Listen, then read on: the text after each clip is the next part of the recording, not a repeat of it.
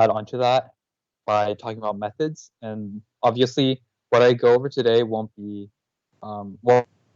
encompass like everything you need to know about objects and classes, but it's just like a good foundation to build on. Okay. So we'll just quickly go over the presentation from last week, and then we'll go into this week's. So last week we talked about objects and classes, and what we learned was that Java uses objects. And it's an object-oriented programming language. So you're able to create these classes that you can then create instances and make objects with them. And then we talked about what classes are versus objects. And so a class is basically a template for what an object is. Then an object is like an instance of that class. So for example, a class could be a car, because the car is very generic and it would be like a blueprint. And then the object would be like a Subaru or like a Toyota Camry, like a specific type of car. And then it's basically more detailed.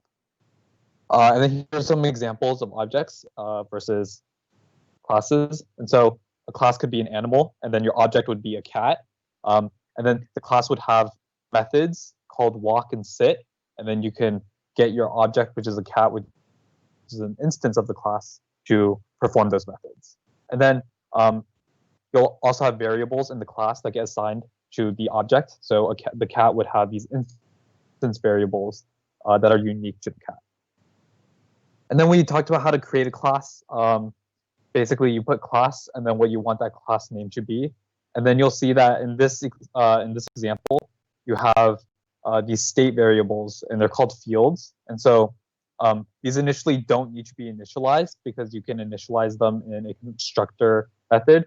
But basically, these are kind of attributes of the class. And then if you want to instantiate an object or basically create an instance of a class, this would be the format you would do it in. And so in this case, if we have a class called person and we wanted to create an object called Victor, we would do person Victor is equal to new person and then parentheses and semicolon. You'll see this is very similar to some other things you might have done. For example, when you're creating a scanner, and a scanner is basically a class, and you're creating an object with it. And so these are just kind of what each thing's called. So person would be the name of the class, Victor is the name of the object, the equal sign is the assignment operator, and then new is the construction keyword. And then in this chart, you see that inside of the object, it contains variables, which is things that we talked about in the previous slide. And then there's also going to be methods that allow you to do certain actions. And that's what we're going to talk about today. To access data for an object, you can just call the object name dot whatever the variable is. So if the class person has a state variable called name, you can call victor.name is equal to Victor to set the name for this object as Victor. And same thing with height. So here would be an example. If you create a person E1, and you want to set the name to John and the social security number to this number, and then you want to create a second person, and that second person has a different name and a different social security number, and you print them. You can't just print out name, you have to print out E1.name because that name is specific to each object. So here E1.name would print out John, E2.ssn would print out the second person's social security number and not the first. And then we talked about class constructors, which is a specific kind of method that lets you initialize an object. And so what you'll see is, like in this example, for example, when you created this object person, there was nothing inside of the parentheses, right? So you don't have any kind of parameters, but you can change that. For example, here, if you create a method which is public and then the name of the class, so the method of the class constructor, the name has to be the same name as a class.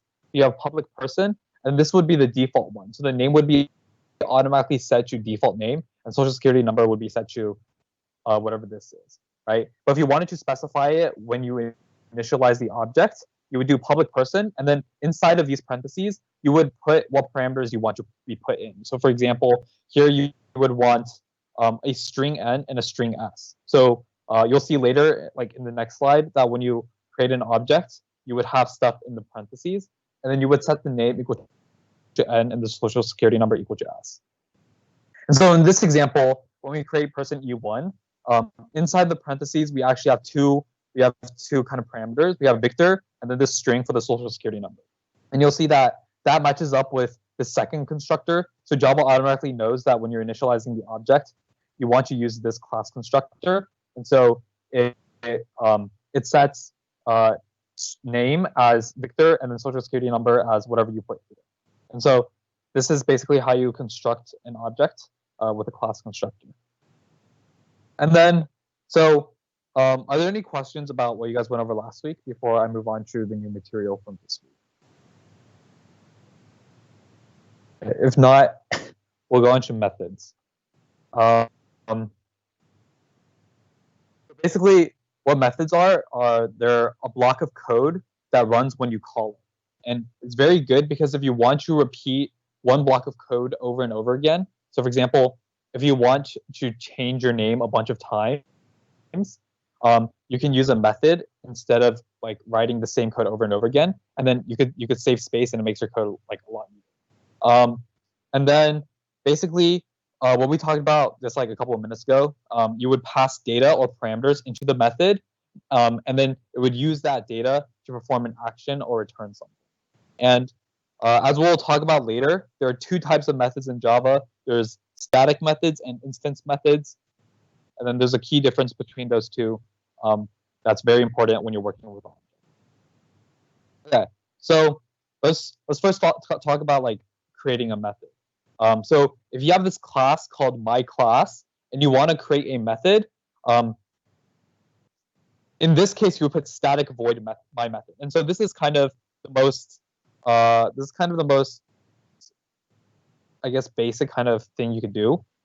And my method would be the name of the method. Static means that it's a class method and not an instance method, and we'll talk about what that means later. And then void means it doesn't have a return value, so it doesn't return anything. But this is kind of like the basic format. It's very similar to creating a class constructor, but the method name is different from the class method or the class name. And so in this example, we see that we have a static void method called myMethod, and what that method does is it prints out hello world. And so if you have this class and this method, and you have a main method, and you call myClass.myMethod, it'll print out my method. It will basically perform whatever actions inside of this method. So it'll print out hello world. And so if you copy pasted this code multiple times, then it would print out hello world however many times you have myClass.myMethod. And so basically, if you want to call a class method, which this is, you would do the class name dot whatever the method name is. So in this case, it would be myClass.myMethod.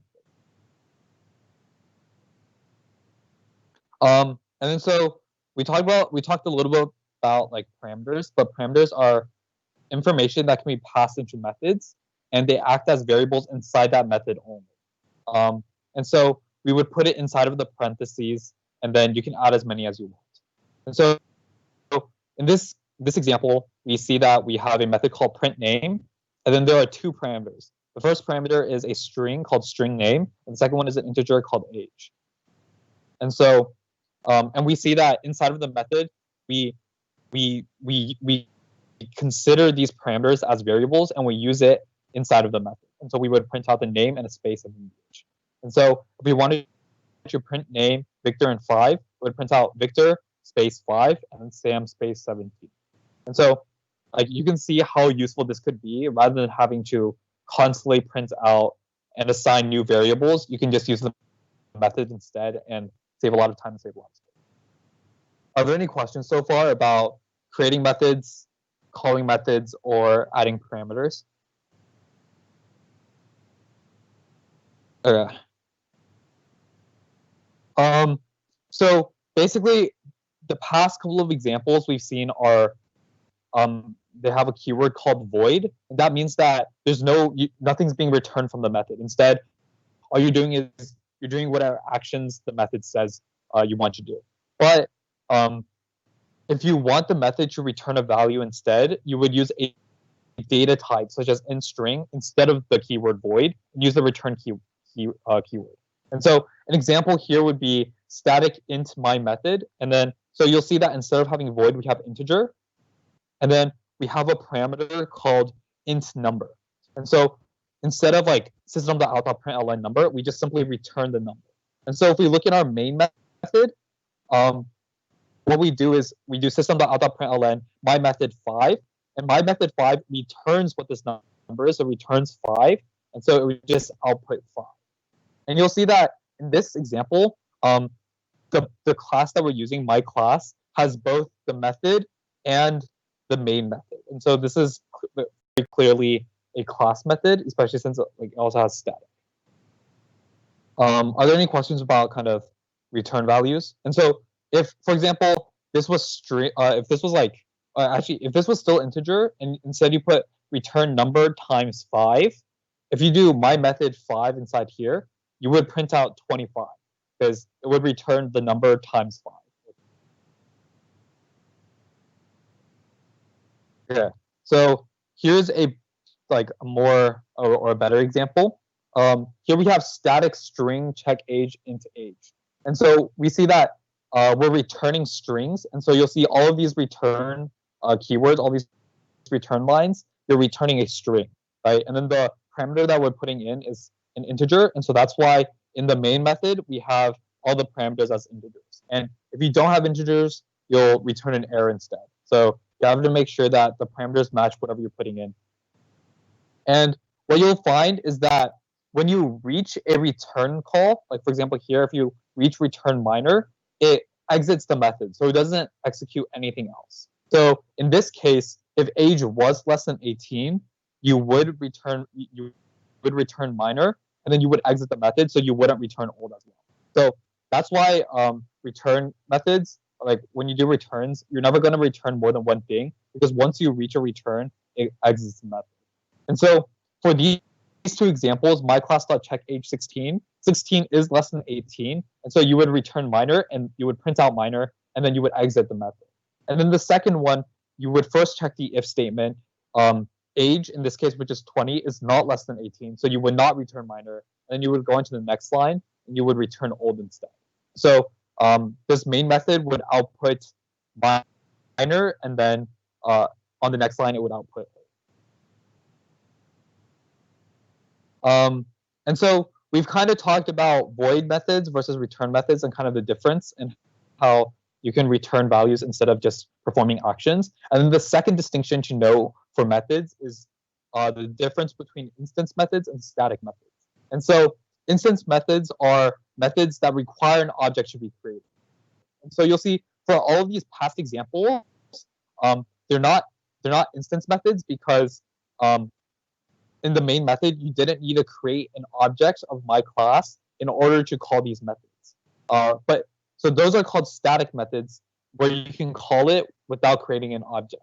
And so we would use the keyword static to denote static methods. And then for instance methods, which need objects, we would use the keyword public instead. So instead of static, we would have public. And so here you have two examples of the same method, my method, but one is static and what is public. So if you want to use this public void my method, you would need to first create an object of that class. Versus static void my method, you can just simply call the method directly. And so here's an example of each one of these. You can see in this first one, you have the class person, and then you have one of the fields, which we're calling string name. We have the class constructor, which is public person string, and then the parameter would be string n, and then you would set name equal to n. And then you have two methods. One is a static method, and one is a public method. For the static method, you would print out hello, and then for the public method, you would print out, or this instance method, you would print out the name of the person. So here, we would create a person Victor is equal to new person, and then we would put the name as Victor. And then because yell is a class method or a static method, and it's not one where you need to create an object, you can just simply call it from person.yell and call the class name rather than the object name. So it'd be person.yell, and then that would output hello. And then Victor.print name, because you have the public keyword, you know that you need to call the object first. So it'd be the object name dot method name print name, and then what that would do is it would output name, which in this case would be Victor. So it would output Victor. Are there any questions about the difference between two types of methods or anything else I talked about today so far? Okay. If not, if you guys can go to the Google Drive under Novice, you'll see that you'll see a PDF, and it's basically a practice lab for classes and objects. And so I can pull it up right now, actually. So basically, there are 2 questions, and each one has 4 different sections, and it kind of has like the basic thing already laid out for you. And so it's just good practice on constructing like classes and then creating methods and then calling those methods in the main method. And so we'll spend about 10-15 minutes going over the first question, or going over it by yourself. Use your own IDE, whichever one you feel most comfortable with. If you have any questions, you can raise your hand or ask in the chat, and I'll answer, or one of the other officers will answer. And then at the end of it, I'll go over the first question. And then the second one is very similar to the first one, and you guys can do that on your own. And then we'll go over that in the next meeting. So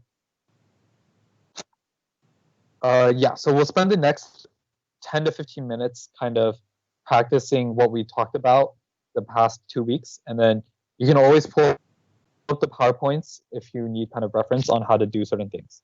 So yeah, we'll spend the next 15 minutes doing that.